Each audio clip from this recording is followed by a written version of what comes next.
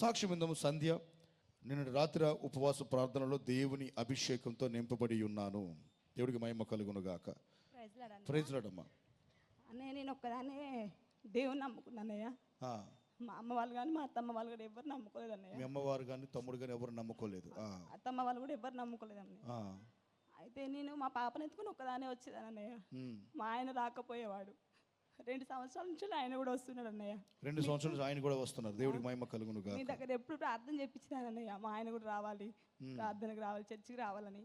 ఆయన కూడా 2 సంవత్సరాలు అయిపోయింది అన్నయ్య. ఇది 3వ సంవత్సరం. 2 నెలల క్రితం ఆయన అభిషేకం తాకిందన్నయ్య. అన్ని భాషల్లో మంచి స్తుతిస్తున్నాడు అన్నయ్య. మంచి భాషలు మాట్లాడుతున్నాడు. అన్ని భాషలు స్తుతిస్తున్నాడు, భాషల్లో మాట్లాడుతున్నాడు. గంటలు ప్రార్థన చేసుకుంటున్నాడు అన్నయ్య. నాకు ఆశ అన్నయ్య, నేను కూడా భాషలు మాట్లాడాలి, నేను కూడా స్తుతించాలి, నేను కూడా ఏకీభవించాలని. నేను కూడా భాషలు మాట్లాడాలి, స్తుతించాలని మీకు ఆశ ఉంది. కానీ మీ ఆయన తీసుకొచ్చావు, ఆయన భాషలో వరం పొందుకున్నాడు, అభిషేకంతో నింపబడ్డాడు. దేవుడికి మహిమ కలుగును గాక.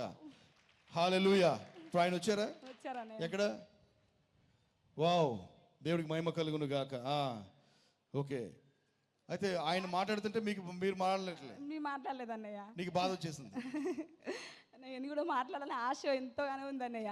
2 నెలల నుంచి నేను కూడా ఏది కూడా లేదు అన్నయ్య, మనసులో ఏది లేదు. ఓన్లీ ఆత్మాభిషేకం పొందుకోవాలని, అభిషేకం కావాలి, భాషల వరం కావాలని ప్రార్థన చేస్తున్నాను. ఏది జ్వరము రోగము ఏది గుర్తులేదు అన్నయ్య, ఏది అడగట్లేదు అన్నయ్య. ఓన్లీ నాకు ఆత్మాభిషేకం కావాలి అంతే అడుగుతున్నా అన్నయ్య.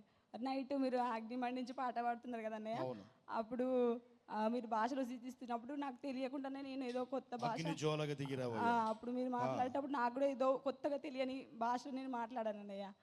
భాషలో మాట్లాడన్నయ్య. అది అమ్మగారు ఆయిల్ అనేటింగ్ ఇచ్చినప్పుడు అప్పుడు కూడా మళ్ళీ అభిషేకం నన్ను బలంగా తాకింది అన్నయ్య. అభిషేకం బలంగా తాకింది. ఇప్పుడు భాషలో మాట్లాడుతున్నాను. ఇప్పుడు సంతోషమా? సంతోషం. ఇప్పుడు భాషలో చెప్పు, అర్థము కూడా దేవునికి ఇచ్చును గాక. ఆమేన్. అలాగే ప్రవచన వరం కూడా దేవునికి అనుగ్రహించును గాక. స్వస్థత వరంతో కూడా నువ్వు నింపబడదు గాక. దేవుడిని దీవించును గాక. గాడ్ బ్లెస్ యు అమ్మ. ఆమేన్.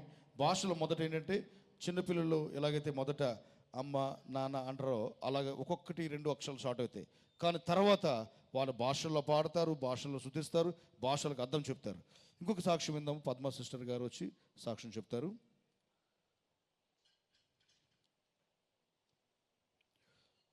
యాన్యువల్ డే రోజున గురించి ఒక సాక్ష్యం మన స్కూల్లో చెప్పండి, మీరే చెప్పండి. Praise lord sister.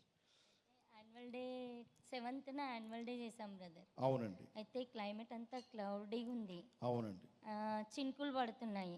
ఆల్రెడీ చినుకులు కొంచెం స్టార్ట్ అయినాయి. ఆ రోజంతా మార్నింగ్ 9 నుండి నైట్ 10 వరకు ఉందన్నమాట. మార్నింగ్ 9 నుంచి నైట్ 10 వరకు యాన్యువల్ డే సెలబ్రేషన్స్ ఉన్నాయి. అయితే అప్పుడు టీచర్స్ అందరూ అంటున్నారు వర్షం పడుతుంది మేడం, ఎట్లా అందరు వచ్చి కూర్చున్నారు అని అంటే, ఇంకా నేను మీకు కాల్ చేశాను. ఎక్కడ ఆగిపోతూ ఏంటో అని భయపడ్డారు. మీకు కాల్ చేశాను. కాల్ చేస్తే ప్రేయర్ చేశారు. ఏం కాదు వర్షం పడదమ్మా అన్నారు. ఇంకా అప్పుడు కొద్దిసేపటికి ఎండ్ వచ్చేసింది, ఎక్కడ డిస్టర్బెన్స్ అవ్వలేదు. అయితే అప్పుడు టీచర్స్తో అన్న, చూడు నా దేవుడు ప్రకృతిని కంట్రోల్ చేస్తాడనేసి. వావ్, హల్లెలూయా. అక్కడ దేవుడు మిమ్మల్ని కనపరిచి ఉన్నారు. మీరు ప్రేయర్ చేశారన్నయ్య. అండ్ ఇంకొకటి ఏంటంటే, మా అమ్మాయికి ప్రెగ్నెంట్ ఆమె. మొన్న 2 days నుండి సైడ్ కి పెయిన్ ఉందన్నమాట. అవునండి. సైడ్ పెయిన్ కంటిన్యూస్ గా వచ్చింది. అయితే సిస్టర్ కి కాల్ చేశాను. కాల్ చేస్తే మీరు ప్రేయర్ చేశారు కదా, ప్రేయర్ చేసినాక ఒక కొద్దిసేపటికి 2 hours కి పెయిన్ ఆగిపోయింది, పెయిన్ తగ్గిపోయింది. వావ్, హల్లెలూయా.